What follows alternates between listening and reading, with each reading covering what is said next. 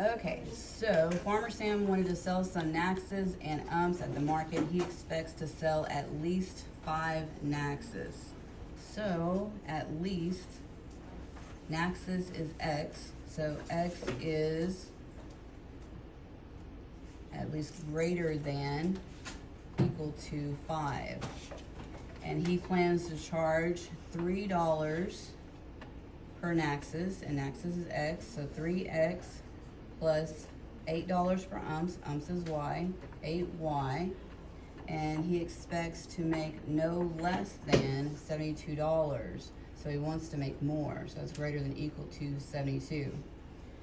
And he expects to sell no fewer than 19 units. So he wants to sell more than 19 units. That's your quantity equation. So you've got two things you're selling, X and Y. No fewer than, so greater than equal to 19. So our shading didn't show up. So let me add the shading. That is here, here, and here, and here.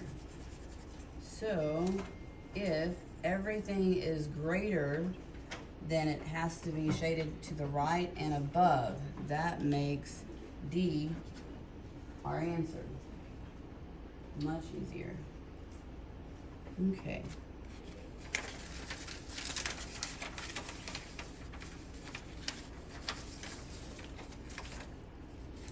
Now we're back. Number 2.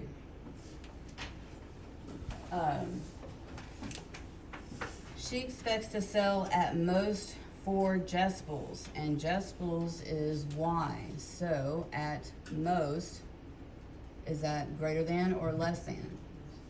Less than or equal to. And she expects to sell no fewer than 16 units. That's your quantity equation. So X plus Y is no fewer than, is that greater than equal to or less than equal to? Greater than equal to 16. And then last, she plans to charge $3 per totems, and totems is X. So 3X plus 7Y, no more than $84. So what's no more than? Less than equal to. Okay, so the Y is less than 4 is going to be a horizontal or vertical? Horizontal. Horizontal.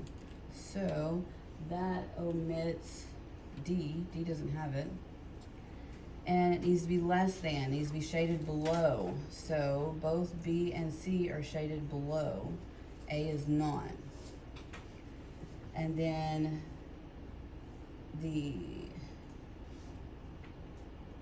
this one is greater, and that is when X equals 16 and Y equals 16. So those below the 20. So it's this one. So that needs to be greater. Is that one shaded as greater? No, it's shaded as less than.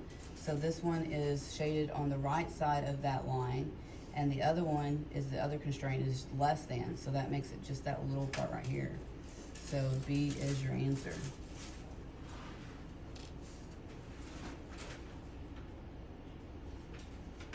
Okay, number 3. And this is just one equation, which is good. Grill decided to purchase some Nax X and Frops Y. So Frops, oh, and look, they mixed them up again. So be careful on these. But good news is they're both $3, so it doesn't matter. So 3X plus 3Y is at most, oh no, is at most what?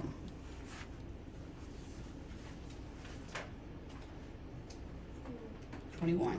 So what's my sign there? Less than equal to or greater than equal to? Less than equal to. Okay? And choose a false statement. So a false statement needs to not work. So for me, it's easier to simplify that equation to find the false statement if possible. Is 3 divisible into 21? Yes. Yeah. So we get 3 divided by 3, of course, is 1. So x plus y is less than or equal to 7. Is the same equation, but simplified. So now to find a false statement is super easy.